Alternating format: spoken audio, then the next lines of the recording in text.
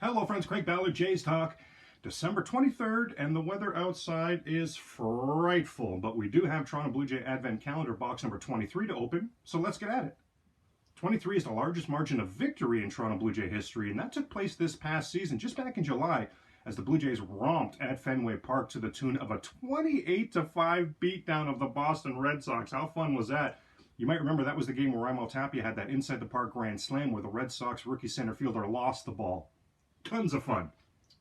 23 is the team franchise record for most consecutive games with a home run, as the 2000 Toronto Blue Jays hit at least one dinger in 23 straight games. Perhaps not even a huge surprise, as that 2000 Blue Jays squad was a home run hitting team. They had four players who went north of 30 home runs: Carlos Delgado, Tony Bautista, Brad Fulmer, and Jose Cruz Jr. Now, speaking of 23, Cruz Jr. wore number 23 for the Blue Jays, and he's one of the best Blue Jay trade deadline stories ever, as in 1997, Cruz Jr. was in his second season in the big leagues, highly touted prospect for the Seattle Mariners, and the Mariners wouldn't even answer calls leading up to the trade deadline about Cruz Jr., as the switch-hitting outfield stud was to be a huge part of their team going forward. But the Mariners were in the midst of blowing their lead in the American League West, and it was because their bullpen was blowing leads nightly, left, right, and center. On the night before trade deadline, and then again the night of trade deadline, again, the Mariners bullpen blew leads. In fact, walked off both of those games, which had made now 3 walk-off losses over their last week and a half alone. Bullpen was costing the Mariners their season.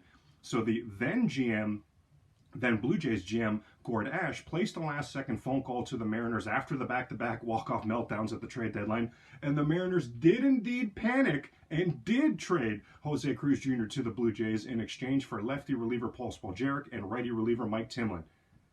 Other MLB GMs, they woke up the next day in absolute shock, because they knew they could have put together a significantly better package of relievers to land Cruz Jr.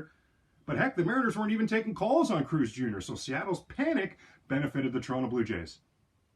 Now, the last number 23 that we'll look at is one of the biggest, and no pun intended when you see the player I'm talking about, but one of the biggest what could have been in franchise history, as Cecil Fielder. Remember Cecil Fielder?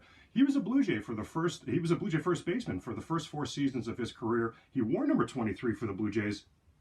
But the Jays did have him platooning at first base with Fred McGriff, to the point where Fielder would leave to play in Japan in 1989. And in 106 games in Japan that season, he would wall up 38 home runs, as he found his home run stroke that would allow him to return to MLB the following 1990 season, as he joined the Detroit Tigers. And for the next 7 seasons, the big fella would average 36 home runs per season. In his 4 seasons with the Blue Jays, Fielder totaled 31 home runs. That's an average of 8 per season. Once he found that long ball in Japan, he averaged 36 long balls on the big league level for the next 7 seasons. Of course, none of that with the Toronto Blue Jays, unfortunately, now, but the Blue Jays did have Fred McGriff and John Olerud during those seasons, so the first base cupboard hardly bare, right? But I do have to think room could have been made, DH, for example, for Cecil Fielder and his 500-foot moonshots in those Blue Jays lineups. What could have been? What has been is 23 days of our Toronto Blue Jays Advent Calendar boxes. I hope to see you tomorrow for our final box.